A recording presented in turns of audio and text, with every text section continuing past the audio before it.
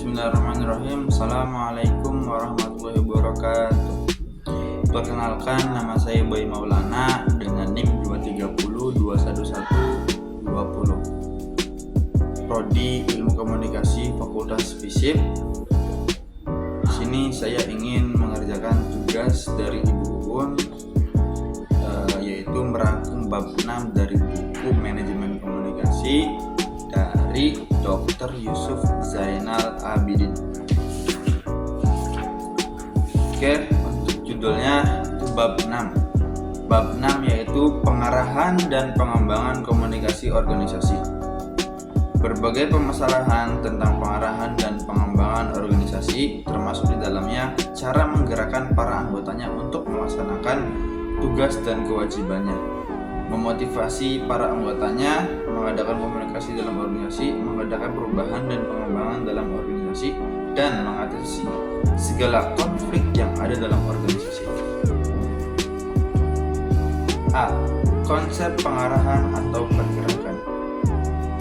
Yang pertama itu ada pengertian actuating dalam kurung pengarahan atau penggerakan. Actuating merupakan fungsi manajemen yang paling utama. Fungsi perencanaan dan pengorganisasian lebih banyak berkaitan dengan aspek-aspek abstrak proses manajemen. Sedangkan fungsi actuating lebih menekankan kegiatan yang berhubungan langsung dengan orang-orang dalam organisasi. Kemudian yang kedua, ciri-ciri penggerakan. Dalam penggerakan, upaya manajer agar berhasil dalam menjalankan pelaksanaan manajemen yang baik dan berkesinambungan harus mampu memahami kondisi dan situasi dalam organisasi. Dalam menggerakkan sebuah organisasi, seorang manajer harus mampu bertanggung jawab terhadap semua keputusan yang telah dibuat. Ciri-ciri penggerakan dalam organisasi antara lain upaya berlandaskan pengetahuan tentang kepemimpinan yang baik, mengacu pada perencanaan yang telah dibuat, adanya kemampuan untuk memimpin semua anggota organisasi, semua kegiatan organisasi diatur dengan baik, pemberian bimbingan, motivasi, dan pengarahan yang baik. 3. Unsur manusia dalam penggerakan. Unsur manusia dalam penggerakan adalah manajer. Manajer bertugas untuk memotivasi, membimbing, dan mengarahkan para bawahannya agar bekerja dengan efektif dan efisien dalam menjalankan tugas-tugas yang telah direncanakan dan ditentukan sebelumnya. Manajer harus mampu menggerakkan bawahannya dengan memberikan rangsangan yang baik, yang menimbulkan kemauan untuk melaksanakan pekerjaan dengan baik, memberikan bimbingan positif yang berguna bagi kinerja bawahan, serta memberikan pengarahan yang sesuai terhadap bawahan. 4. Fungsi dan peran actuating. Menurut Nawawi 2000, fungsi dalam peran actuating antara lain sebagai berikut. Pertama, melakukan pengarahan dalam kurung commanding, bimbingan, directing, dan komunikasi dalam kurung communication.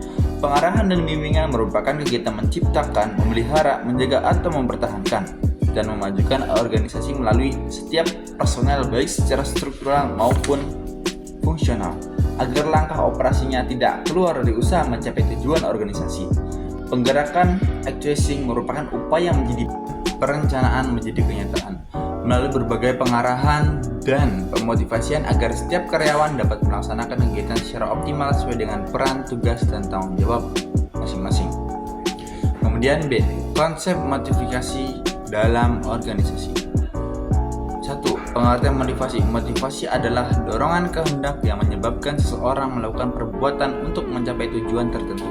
Motivasi berasal dari kata motif yang berarti dorongan, rangsangan, atau daya penggerak yang ada di dalam diri seorang.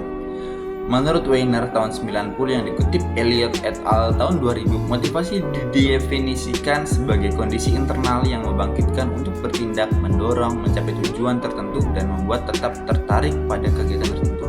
Menurut Uno 2007, motivasi dapat diartikan sebagai dorongan internal dan eksternal dalam diri seorang yang diindikasikan dengan adanya hasrat dan minat, dorongan dan kebutuhan, harapan dan cinta, penghargaan dan penghormatan.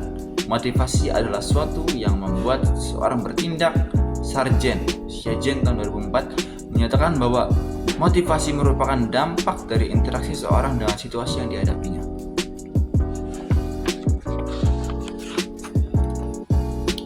C. Fungsi komunikasi dalam organisasi. Yang pertama itu ada fungsi informatif. organisasi dapat dipandang sebagai sistem pemrosesan informasi.